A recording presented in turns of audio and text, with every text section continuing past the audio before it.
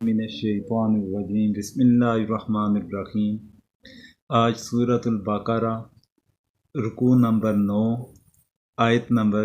72 سے وَإِذْ قَتَلْتُمْ، اور جب تم نے قتل کیا نفساً ایک آدمی کو، فَادَّارَأْتُمْ، پھر تم جھگڑنے لگے، فیہا اس میں، واللہ اور اللہ، مخرجٌ ظاہر کرنے والا، ما کنتم جو تم تھے، تکتمون چھپاتے۔ وَإِذْ قَتَلْتُمْ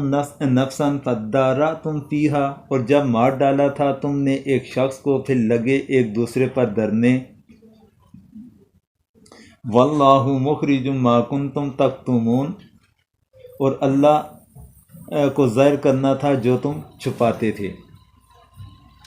اب اس آیت کریمہ کے اندر اللہ تبارک و تعالیٰ نے جو پچھلے رکوع کے اندر ذکر فرمایا تھا اسی کا تسلسل چلایا۔ تو اللہ تبارک و تعالیٰ نے یہاں پر یہ ذکر فرمایا کہ جس وقت بنی اسرائیل کے اندر ایک بندہ قتل ہو گیا تھا تو اس کے قاتل کے بارے میں پتہ نہیں چل رہا تھا، قاتل نے اس چیز کو چھپائے رکھا تھا، تو وہ پھر قاتل نے یہ الزام خود قبول کرنے کی بجائے دوسروں کے اوپر لگا لیا، تو اس طرح یہ قتل اس کا قاتل اس قتل کے بارے میں کچھ پتہ نہیں چل رہا تھا۔ تو اللہ تبارک و تعالیٰ نے اس طرف اشارہ فرمایا کہ جب تم ایک دوسرے کے اوپر یہ بات دھرنے لگے، تو پھر آگے اگلی آیت کریمہ کے اندر فرماتے ہیں فَقُلْنَا اضْرِبُوهُ بِبَعْضِهَا، فَقُلْنَا پھر ہم نے کہا، اضْرِبُوهُ اسے مارو، بِبَعْضِهَا اس کا ٹکڑا، كَذَلِكَ اس طرح، يُحْيِي اللَّهُ اللہ زندہ کرے گا، موتا مردے، وَيُرِيكُمْ اور تمہیں دکھاتا ہے، آیاتِهِ اپنے نشان، لَعَلَّكُمْ تاکہ تم تَعْقِلُونَ غور کرو۔ فَقُلْنَا اضْرِبُوهُ بِبَعْضِهَا پھر ہم نے کہا مارو اس مردے پر اس گائے کا ایک ٹکڑا، كَذَلِكَ يُحْيِي اللَّهُ الْمَوْتَى اسی طرح زندہ کرے گا اللہ مردوں کو، وَيُرِيكُمْ آیاتِهِ اور دکھاتا ہے تم کو، اپنی قدرت کے نمونے، لَعَلَّكُمْ تَعْقِلُونَ تاکہ تم غور کرو۔ اب اس آیت کریمہ کے اندر اللہ تبارک و تعالیٰ نے اس قاتل کا علم، قاتل کے بارے میں معلومات دینے کا طریقہ کار بتلا دیا کہ اللہ تعالیٰ نے یہ طریقہ کار بتلایا کہ گائے کے جسم کا کوئی حصہ اس مردے کے جسم کے اوپر، مقتول کے جسم کے اوپر مارو یا لگاؤ تو وہ پھر زندہ ہوگا، اور تمہیں اللہ تبارک و تعالیٰ اس کی زبان سے بتلا دے گا کہ قاتل کون ہے۔ اور اللہ تبارک و تعالیٰ اپنی قدرت کی نشانیاں اسی طرح دکھاتا ہے، اور اللہ تعالیٰ اسی طرح پھر قیامت کے دن بھی مردہ کو زندہ فرمائے گا۔ تو اب اس مقام کے اوپر ایک شرعی حکم کی وضاحت کرنا چاہوں گا۔ کیا مقتول بندہ صرف اس کی گواہی کے ساتھ کسی کو قاتل ٹھہرایا جا سکتا ہے یا نہیں ٹھہرایا جا سکتا؟ تو اس پر فقہاء کرام یہ فرماتے ہیں کہ صرف مقتول کی گواہی کے اوپر، یعنی کہ اگر ایک بندہ شدید زخمی ہو گیا، مرنے کے قریب ہے، مرنے سے پہلے اس نے بتلا دیا میرا فلاں بندہ قاتل ہے، تو صرف ایک اس کی گواہی کے اوپر اسے سزا نہیں دی جا سکتی، جب تک شرعی لحاظ سے جو گواہوں کی شرعی حد مقرر ہے کہ کم سے کم 2 مرد ہوں یا 1 مرد اور 2 عورتیں ہوں، تو اس صورت کے اندر صرف مقتول کی گواہی کے ساتھ قاتل کو سزا نہیں دی جا سکتی۔ اب یہاں پر جو حکم دیا گیا کہ اللہ تبارک و تعالیٰ نے، تو اس پر ایک تو مفسرین کرام اس کی یہ وضاحت فرماتے ہیں کہ ایک پہلی نمبر پر بات تو یہ ہے کہ جو مقتول تھا اس نے عالم برزخ کو دیکھ لیا تھا، اب اس کے اوپر یہ یقین ہے کہ وہ بندہ جھوٹ نہیں بولے گا، پہلی بات تو یہ ہے۔ پھر دوسرے نمبر پر بات یہ ہے کہ سب سے بڑی بات کہ یہ اللہ تبارک و تعالیٰ کی طرف سے معجزہ تھا، اور معجزانہ طور پر اسے زندہ کیا گیا، اور زندہ کرنے کے بعد اس بندے نے اپنے قاتل کے بارے میں بتلا دیا، اور اس کا تعلق معجزے کے ساتھ آ جاتا ہے۔ یہ شرعی احکامات اس کے مطابق ہم لاگو نہیں کر سکتے۔ پھر اس سے اگلی آیت کریمہ کے اندر اللہ تعالیٰ نے فرمایا ثم قست قلوبکم من بعد ذلک، ثم پھر قست سخت ہوگے قلوبکم تمہارے دل، من بعد ذالک اس کے بعد، فہیا سو وہ کل حجارہ پتھر جیسے، او یا اشد قسوہ اس سے زیادہ سخت، وَإِنَّ اور بے شک من الحجارہ پتھروں سے، لما البتہ یتفجر پھوٹ نکلتی ہیں، منہ اس سے، الانہار نہریں، وَإِنَّ اور بے شک منہا اس سے بعض، لما البتہ جو یشقق پھٹ جاتے ہیں، فیخرج تو نکلتا ہے، منہ اس سے، ماء پانی، وَإِنَّ اور بے شک منہا اس سے، لما البتہ یہبط گرتا ہے، من سے، خشیت اللہ اللہ کے ڈر، وما اور نہیں، اللہ اللہ بغافل بے خبر، عما سے جو، تعملون تم کرتے ہو۔ ثم قست قلوبکم من بعد ذلک پھر تمہارے دل سخت ہوگے اس سب کے بعد، فہیا کالحجارہ سو وہ ہوگے پتھر جیسے، او اشد قسوہ یا ان سے بھی سخت، وَإِنَّ مِنَ الْحِجَارَةِ لَمَا يَتَفَجَّرُ مِنْهُ الْأَنْهَارُ اور پتھروں میں تو ایسے بھی ہیں جن سے جاری ہوتی ہیں نہریں، وَإِنَّ مِنْهَا لَمَا يَشَقَّقُ فَيَخْرُجُ مِنْهُ الْمَاءُ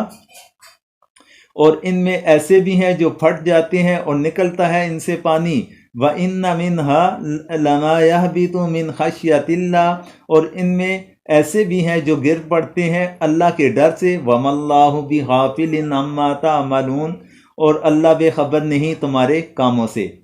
اب یہاں پر اللہ تبارک و تعالیٰ نے پتھر کے حوالے سے 3 قسم کے اثرات کا ذکر فرمایا۔ پہلے نمبر پر جو پتھر کے اثرات کے بارے میں اللہ تبارک و تعالیٰ نے ذکر فرمایا تو اللہ تعالیٰ فرماتے ہیں پہلا اس کا اثر یہ ہے کہ لما یتفجر منہ الانہار کہ پتھروں میں سے بعض ایسے پتھر بھی ہیں کہ جن سے نہریں نکلتی ہیں۔ اب نہر جس پتھر سے نکلے گی تو اس سے ایک بندہ صرف فائدہ نہ اٹھائے گا بلکہ کثیر تعداد کے اندر اس سے لوگ فائدہ اٹھاتے ہیں، یعنی نہریں نکلنے کی صورت کے اندر۔ پھر دوسرا اس کا اثر یہ اللہ تبارک و تعالیٰ نے فرمایا کہ جو اس سے درجے کے لحاظ سے ذرا کم ہے، یعنی کہ بعض ایسے پتھر بھی ہیں کہ جن پتھروں سے فَيَخْرُجُ مِنْهُ الْمَاءُ کہ ان سے پانی نکلتا ہے، یعنی پانی وہ تھوڑی مقدار کے اندر ہوگا مراد ہوگی، اور نہریں یہ وافر مقدار کے اندر مراد ہوں گی، اور نہریں جس سے نکلیں گی تو اس سے زیادہ لوگ فائدہ اٹھائیں گے، اس سے ذرا کم درجے کے اندر کہ جس سے پانی نکلتا ہے۔ پھر اس سے بھی جو کم درجہ اللہ تبارک و تعالیٰ نے ذکر فرمایا کہ پتھروں کے اندر ایسے بھی ہیں کہ جو اللہ کے ڈر کی وجہ سے گر پڑتے ہیں۔ تو اب یہاں پر ایک تو بات یہ ہے کیا پتھروں کے اندر اساسیت پائی جاتی ہے، حس پائی جاتی ہے کہ وہ اللہ تعالیٰ کے ڈر کی وجہ سے گرنا شروع ہو جائیں، یا جتنے بھی پتھر ہیں وہ سارے کے سارے کیا جو گرتے ہیں وہ اللہ ہی کے ڈر کی وجہ سے گرتے ہیں یا کوئی اور سبب بھی ہے؟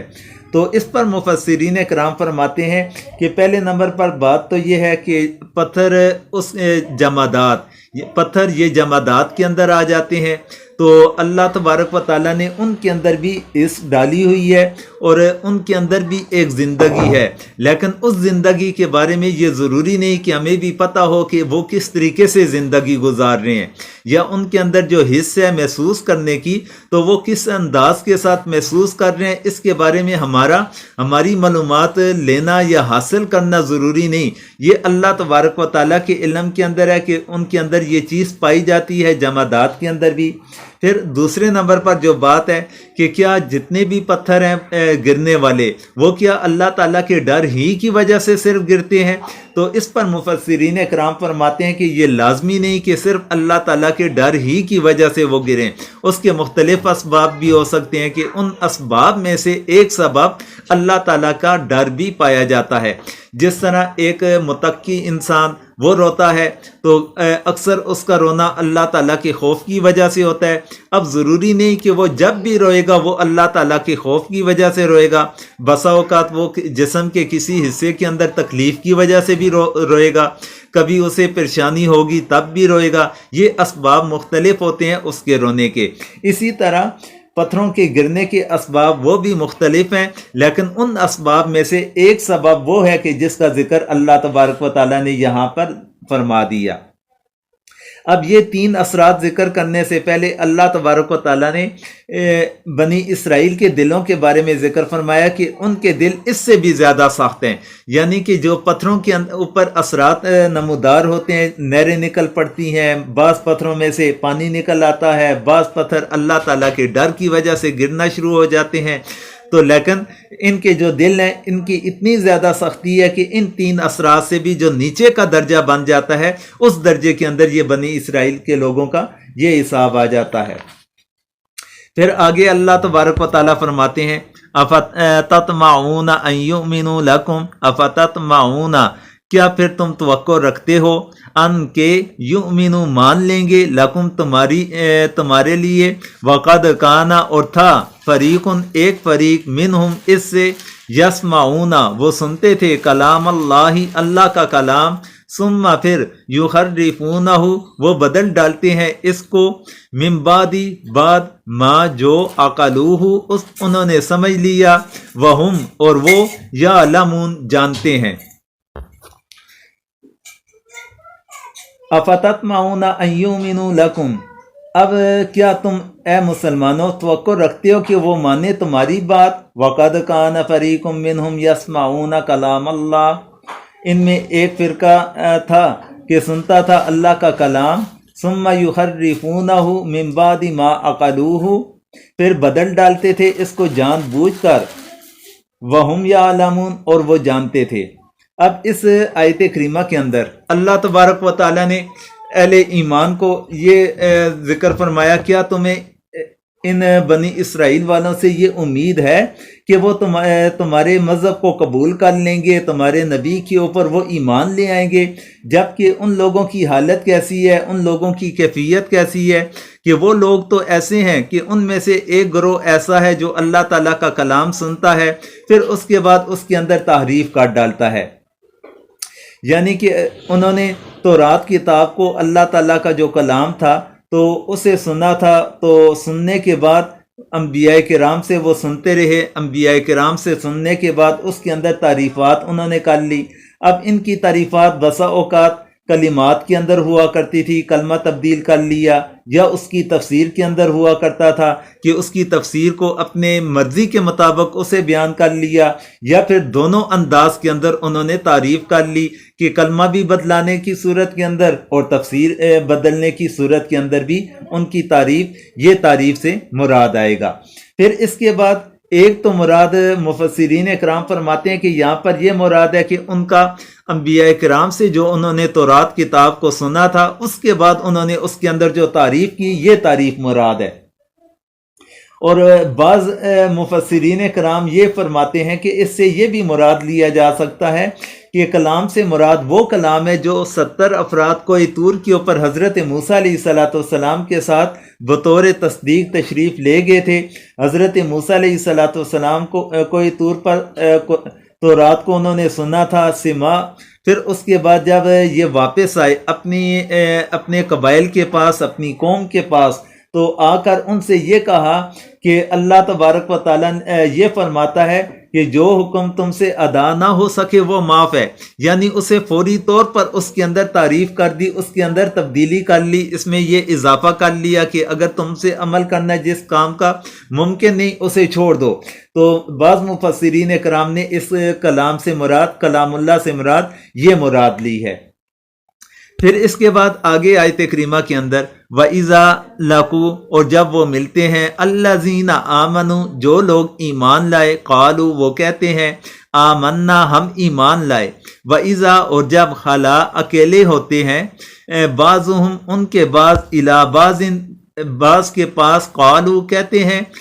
اتحدثونہم کیا بتلاتے ہو انہیں، بما فتح اللہ جو اللہ نے ظاہر کیا، علیکم تم پر، لیحاجوکم تاکہ وہ حجت تم پر لائیں، بھی اس کے ذریعے، عندہ سامنے،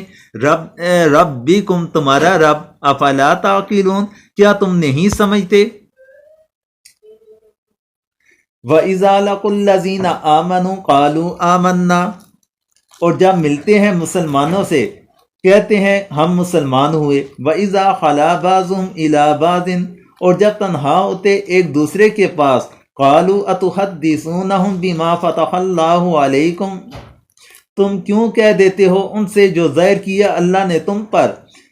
لِيُحَاجُّوكُمْ بِهِ عِندَ رَبِّكُمْ، تاکہ جٹلائیں تم کو اس سے تمہارے رب کے آگے۔ أَفَلَا تَعْقِلُونَ، کیا تم نہیں سمجھتے؟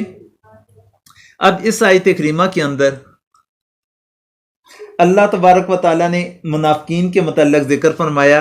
منافقین میں سے اکثریت کا تعلق یہ یہودیوں ہی کے ساتھ تھا، تو اس لیے یہاں پر منافقین کے بارے میں اللہ تبارک و تعالیٰ نے یہ ذکر فرمایا کہ منافقین کبھی ایک آدھ بات حضور اکرم صلی اللہ علیہ وسلم کو بطور خوشامد یا اپنے ایمان کی سچائی جتلانے کی غرض سے وہ مسلمانوں سے کہہ دیا کرتے تھے کہ تورات میں رسول اللہ صلی اللہ علیہ وسلم کے متعلق بشارت آئی ہے، یا قرآن مجید کے متعلق خبر آئی ہے، یا کسی اور معاملے کے بارے میں وہ ذکر کر لیتے کہ بطور خوشامد، تاکہ مسلمان ہم سے خوش ہو جائیں اور انہیں پتہ یقین آ جائے کہ یہ واقعی ہمارے ساتھ انہوں نے اسلام کو سچے دل کے ساتھ قبول کر لیا اور ہمارے اوپر کسی قسم کے یہ شکوک و شبہات نہ کریں۔ جب وہ اس طرح کی باتیں کرتے، پھر جب وہ جاتے اپنے دوستوں کے پاس، اپنے ہم مذہب لوگوں کے پاس، تو وہ لوگ انہیں کہا کرتے تھے کہ تم مسلمانوں کے سامنے ایسی باتیں کس وجہ سے ظاہر کرتے ہو کہ جو تمہیں اللہ تبارک و تعالیٰ نے بتلایا، لیکن جب تم ان پر یہ باتیں ظاہر کرو گے تو کل قیامت والے دن یہ تمہارے سامنے تمہارے مقابلے کے اندر یہ حجت کے طور پر اللہ کی بارگاہ کے اندر پیش کریں گے۔ تو آگے اللہ تعالیٰ فرماتے ہیں اولا یعلمون ان اللہ یعلم ما یسرون وما یعلنون، او کیا وہ لا یعلمون نہیں جانتے، ان اللہ کہ اللہ یعلم جانتا ہے، ما جو یسرون وہ چھپاتے ہیں، وما اور جو یعلنون وہ ظاہر کرتے ہیں۔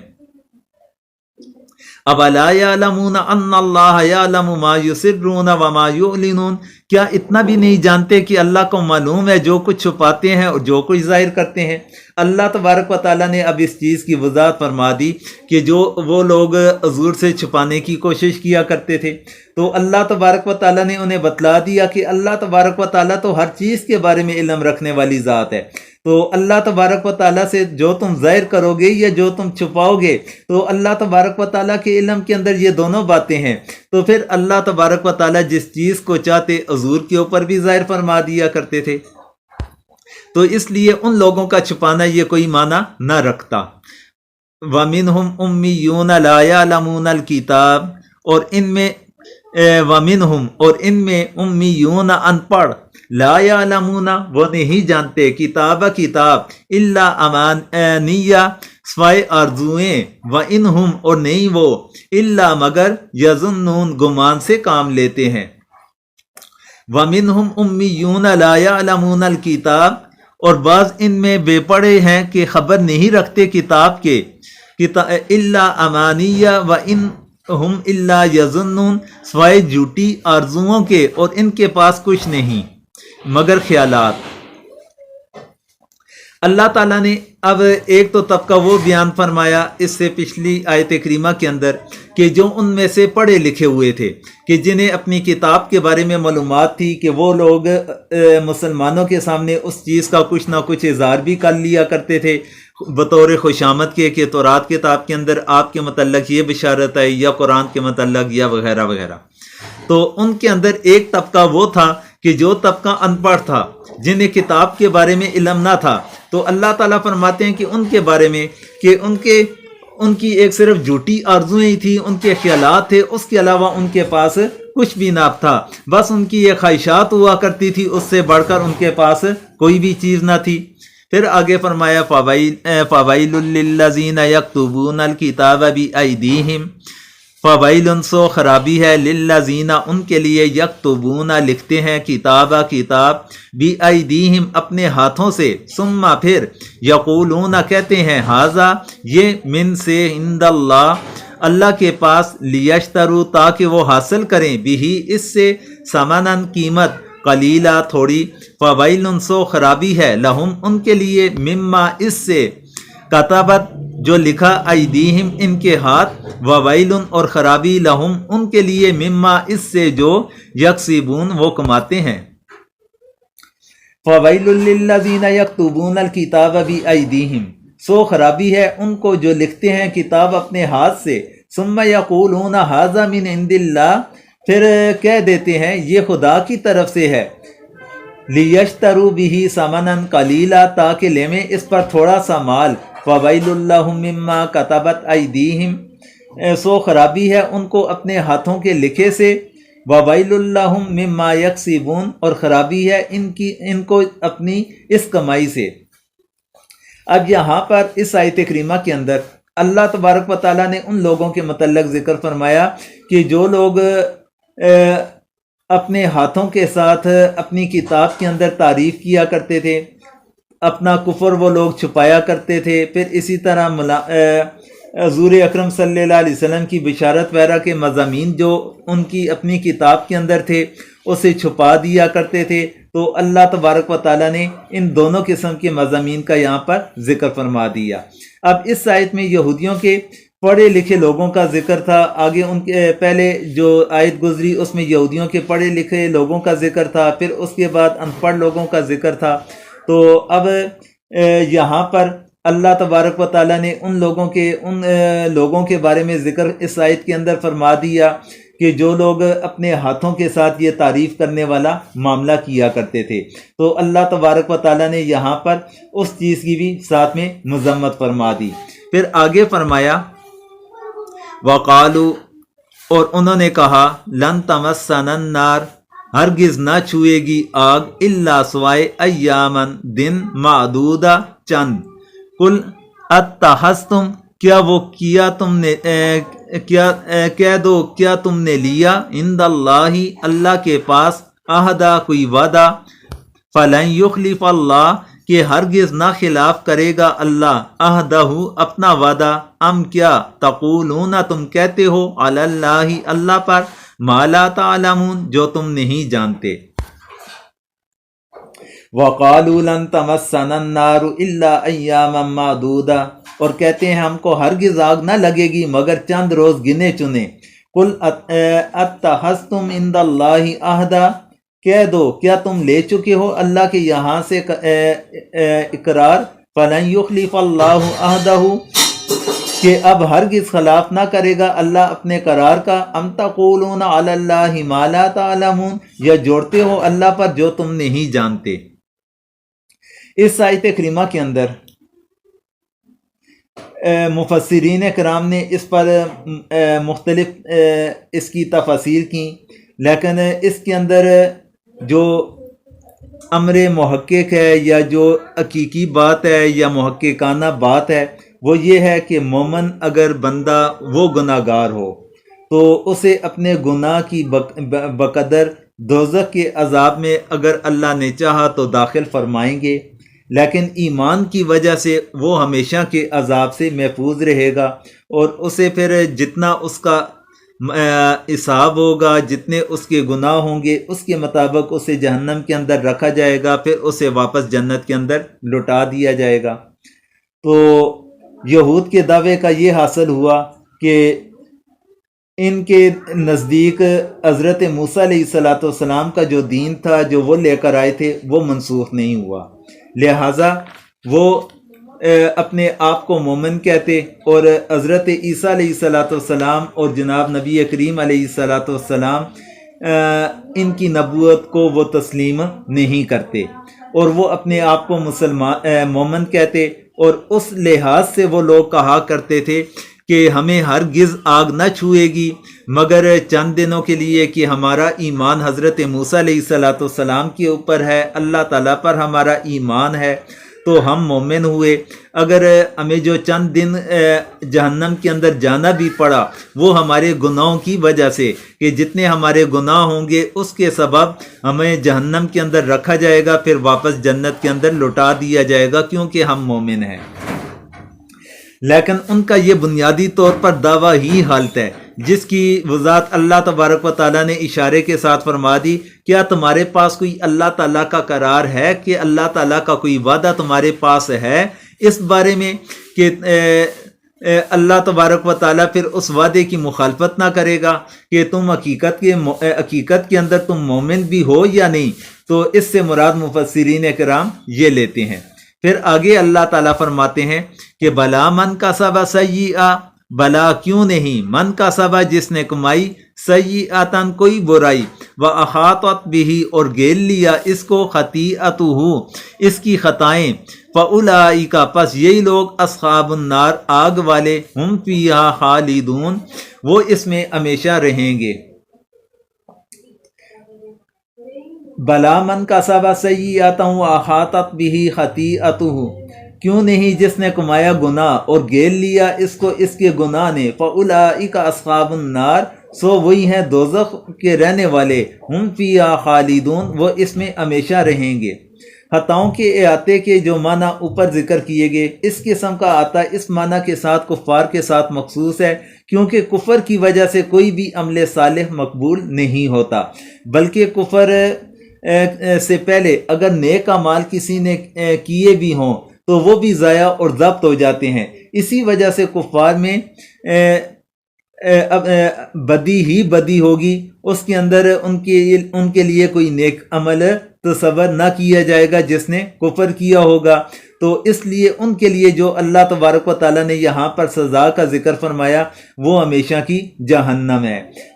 اس کے مد مقابل اہل ایمان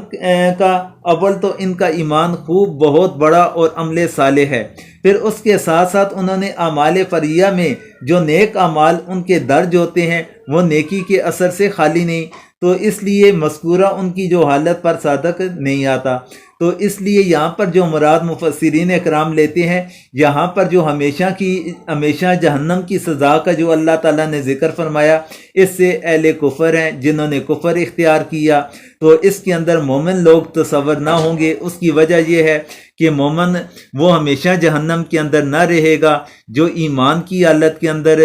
زندہ رہا، ایمان کی حالت میں دنیا سے رخصت ہوا، وہ اپنے گناہوں کے بقدر جہنم کے اندر اگر اللہ تعالیٰ نے چاہا تو اسے جہنم کے اندر رکھیں گے، پھر اس کے بعد اسے جنت کے اندر داخل کر دیا جائے گا۔ اب اس سے آخری اس رکوع کی آیت کریمہ کے اندر اللہ تعالیٰ فرماتے ہیں والذین آمنوا وعملوا الصالحات،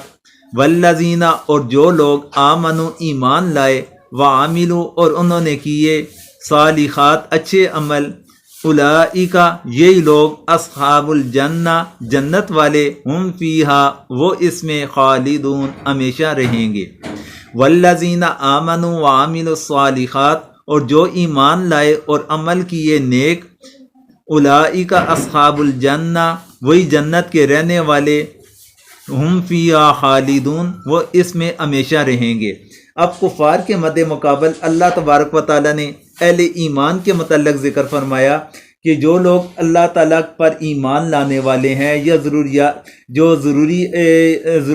ضروری چیزیں ہیں تو ان کے اوپر ایمان لانے والے اور اس کے ساتھ ساتھ نیک اعمال کرنے والے، تو وہ جنت والے ہیں۔ تو